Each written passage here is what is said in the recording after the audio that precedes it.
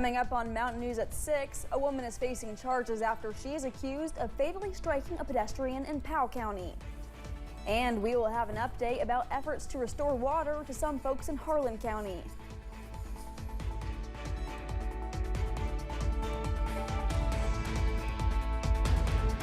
Dedicated to Eastern and Southern Kentucky, this is WYMT Mountain News at 6.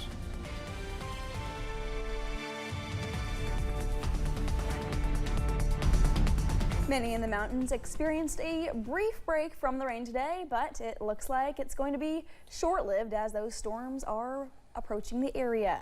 WYMT First Alert meteorologist Eric Dean joins us with more on this First Alert Weather Day. Eric.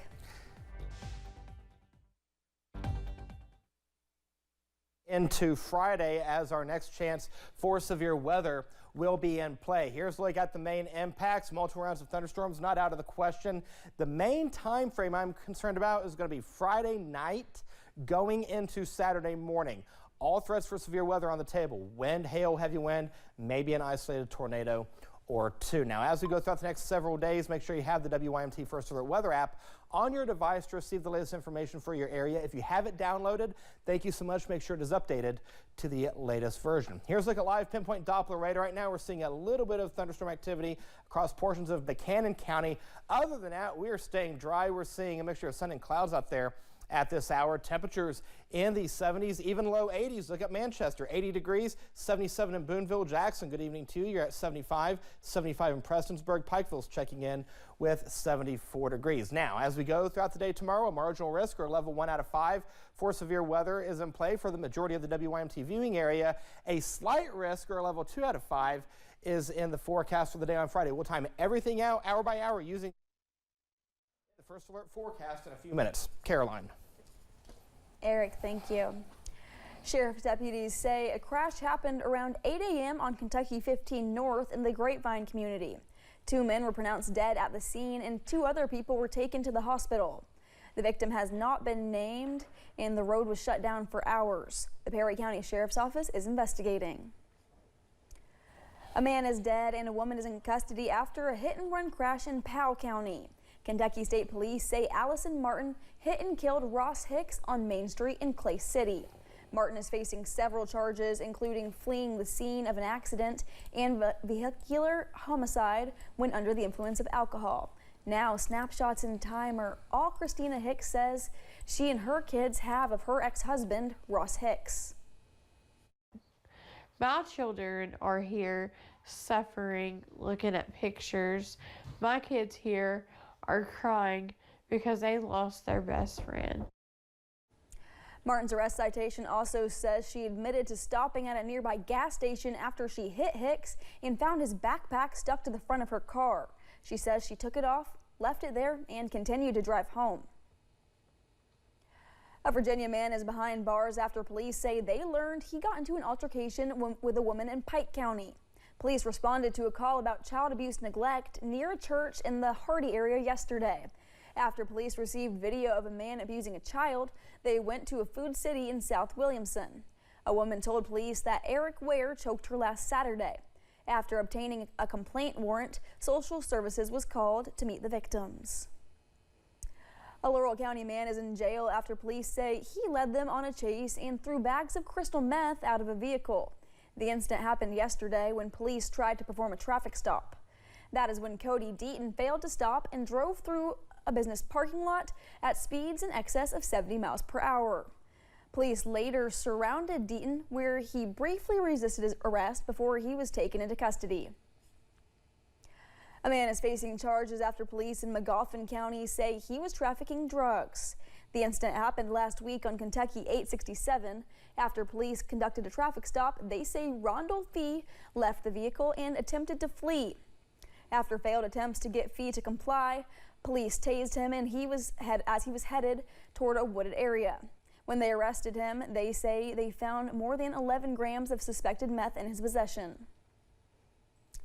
A case where a Pike County man was charged with attempted murder of a police officer will be presented before a grand jury.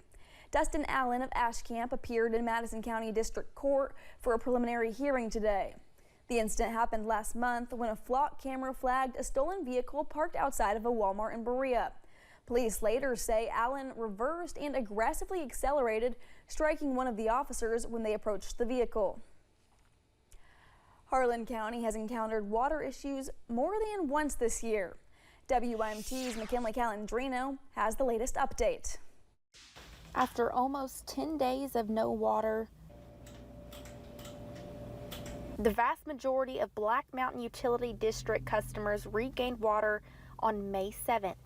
Now that the crisis is over, officials are looking at improvements to be made to lessen the chances of the prolonged water outage again. A day or two is to be expected when there's a break, but we don't want to see outages occur that are 3 to 10 days or longer.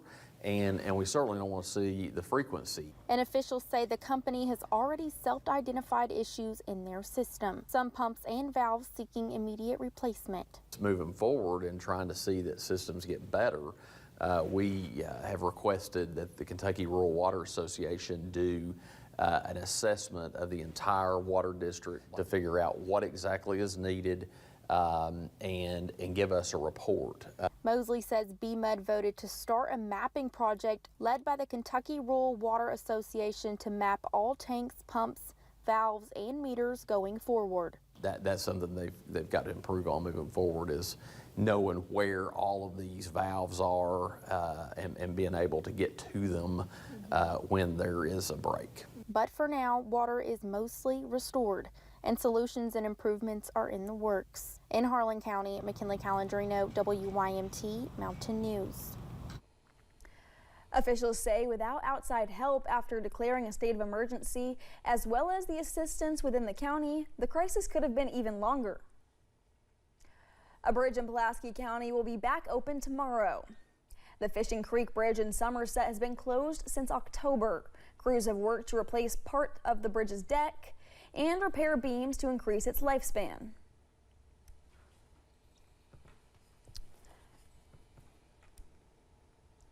As we told you yesterday, a Knott County native who lives in Lexington announced her run for Kentucky's 6th congressional district. This comes after Congressman Andy Barr put in his bid to run for U.S. Senator Mitch McConnell's seat next year.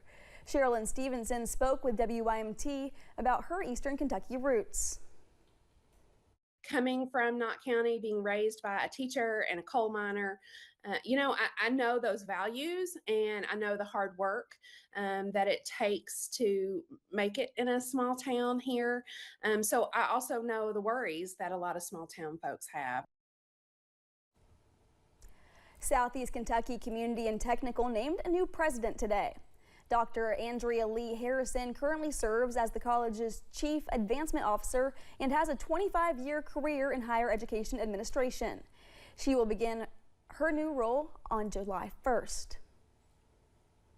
Students attending Eastern Kentucky University will have to pay more if they take any more than 15 credit hours a semester. The EKU Board of Regents approved the change to the university's undergraduate tuition model. Previously, full-time students did not have to pay more unless they took more than 18 credit hours a semester. The updated model will go into effect this fall. A Madison County judge ruled today there is enough evidence in the case against 6 of 9 defendants in a daycare child abuse investigation to send it to the grand jury. Detective Tyler Short with the Richmond Police Department testified about his findings in an ongoing child abuse investigation at 2 Richmond daycares earlier today. He detailed multiple cases against 6 defendants who were either owners or employees of A Step Ahead and Kids Club childcare. We don't know what the long-term psychological effects could be on these small children at such a young age. If they had done their job and made the report after that very first incident, I think it's very unlikely that any of the other acts of criminal abuse would have happened. We have more details about each of the defendants in this case on WYMT.com. As of earlier today, only one of the 6 suspects is still behind bars. For weather, we are quiet now, but thunderstorm chances are in the forecast. Details coming up. And several Eastern Kentucky deputies were honored in Washington, D.C. this week. We continue our coverage of Police Week by talking to those who attended the ceremony.